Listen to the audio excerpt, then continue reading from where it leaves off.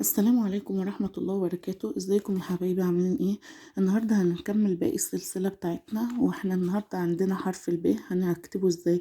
حرف الب عبارة عن طبق اهي، طبقة. دي حرف الب، طريقة كتابة حرف الب. يبقى نقول هنا تاني اهو، طبقة.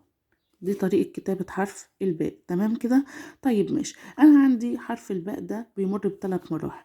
بنكتبه في أول الكلمة ازاي؟ بنكتبه في أول الكلمة كده اهو، اهو حرف الباء في أول الكلمة، وفي نص الكلمة اهو نكتبه كده زي أول الكلمة، بس احنا بنكتب حاجة قبليه عشان الكلمة ايه؟ بيكون في حروف قبله، قبل الباء، عشان ايه؟ الكلمة بتكون ايه؟ تكمل بقى، نكون كلمة يكون ليها معنى. طيب حرف الباء في آخر الكلمة زي الباء العادية اهو، ماشي. طب احنا عايزين ناخد امثله يا مس عشان نوضح. طيب تمام، هنديكوا امثله.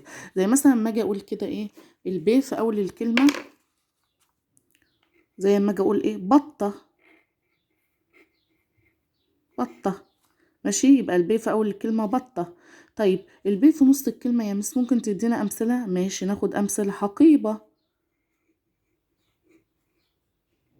حقيبه. طيب الب في اخر الكلمه يا مس زي غراب، غراب. يبقى احنا شفنا هنا الب في اول الكلمة كتبناها ازاي، وشفنا هنا الب في نص الكلمة اتكتبت ازاي، وشفنا هنا الب في اخر الكلمة اتكتبت ازاي. يبقى الب لما جينا نكتبها في بطة كتبناها كده في اول الكلمة، والب لما جينا نكتبها في نص الكلمة كتبناها كده عشان في حرف هنكتبه هنا قبلها. طيب الب لما جينا نكتبها في اخر الكلمة كتبناها زي العادية كده اهي.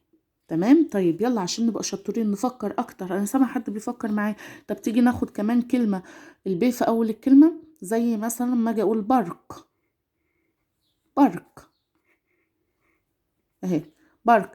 طيب تيجي نشوف الب في نص الكلمة زي مربع، مربع. طيب الب في اخر الكلمة، حد يفكر معايا؟ زي الدب، الدبدوب، دب. يبقى تمام تاني. طيب ناخد تاني، انا عايزاكم انتوا بقى تفكروا معايا، ماشي.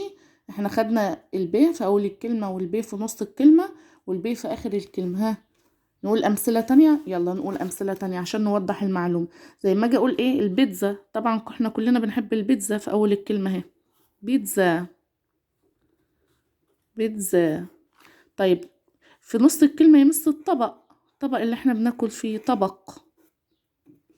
طيب في اخر الكلمة يمس الكلب، حيوان، كلب. تمام ماشي. يا ريت نفكر مع بعض ونكتب أمثلة، واكتبها له في التعليقات تحت.